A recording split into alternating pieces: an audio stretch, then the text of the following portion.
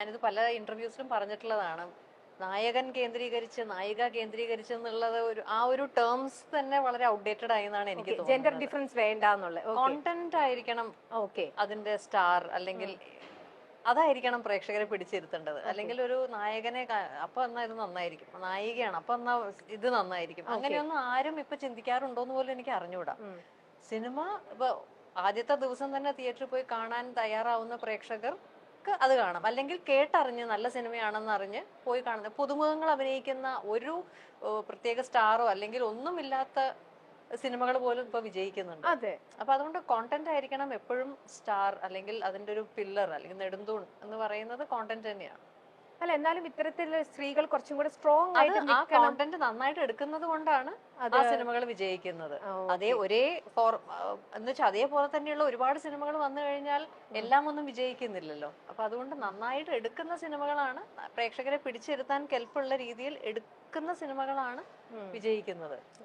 അതിനിപ്പോ ആരെ കേന്ദ്രീകരിച്ചിട്ടാണെങ്കിലും, വെറുതെ ഈ കസേരയെ കേന്ദ്രീകരിച്ചിട്ടുള്ള ഒരു സിനിമയാണെങ്കിൽ പോലും നന്നായിട്ട് എടുത്താൽ ആ സിനിമ സക്സസ്ഫുൾ ആവും.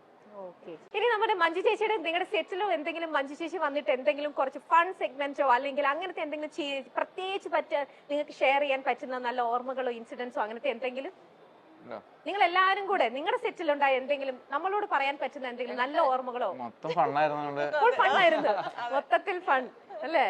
ഇടിയും വീഴ്ചയും ചതവും ഒടിവും ഒക്കെയുള്ള അടക്കുന്ന ഫൺ എക്സ്പീരിയൻസസ്. അല്ല, ഇത് ഫിസിക്കലി ഭയങ്കര ചാലഞ്ചിങ് ആയിരുന്നു. ഇതിന്റെ ഈ പറഞ്ഞ പോലെ ഓരോ സീനും ഓരോ സിംഗിൾ ഷോട്ടാണ്.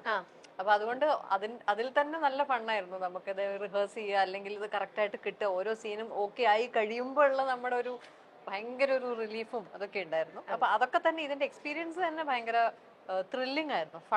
എല്ലാവരും ഭയങ്കര റിഫ്രഷ്ഡ് ആണ് ഇപ്പോ അല്ലെ ഈ മൂവിയുടെ ഒരു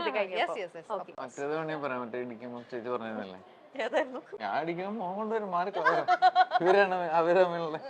എങ്ങനെ ഞങ്ങൾ കേട്ടില്ല.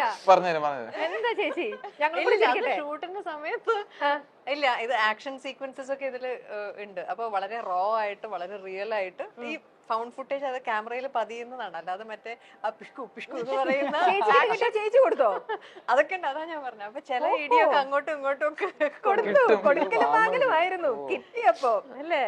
അപ്പൊ അതാ അറിയാതെ എന്റെ കൈ മറ്റേ വിശാഖിന്റെ ഗായത്രിയുടെ മേത്തുകൊണ്ട് ഞാൻ പറയുന്ന ഡയലോഗായിരുന്നു. മറ്റേ മുകേഷ് ഏട്ടൻ ഏതിനായിരുന്നു, മാന്നർമത്തായാലും ഞാൻ അടിക്കുമ്പോ മുഖം മാറ്റണം, ഞാൻ അടിക്കുമ്പോ മുഖം കൊണ്ടുവന്ന് അടിക്കും.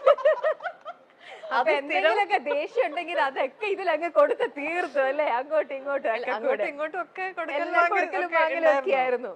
അപ്പൊ ഒരു ന്യൂ എക്സ്പീരിയൻസ് തന്നെയാണ് എന്തെന്ന് പറഞ്ഞാലും. ഇനി നമുക്കൊരു ചെറിയൊരു സെഗ്മെന്റ്, വേറൊന്നല്ല, നമ്മുടെ മഞ്ജു ചേച്ചി ഇവിടെ ഇരിക്കുമ്പോൾ മഞ്ജു ചേച്ചി തന്നെ അഭിനയിച്ച കുറെ ഹിറ്റ് പാട്ടുകളുണ്ട്.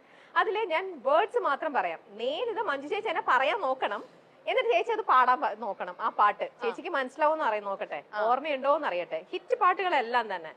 ഓക്കെ, ചേച്ചി നിങ്ങൾക്ക് ഹെൽപ്പ് ചെയ്യാം കേട്ടോ.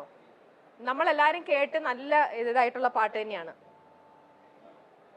മഴയായി ചാറിയ താരേ,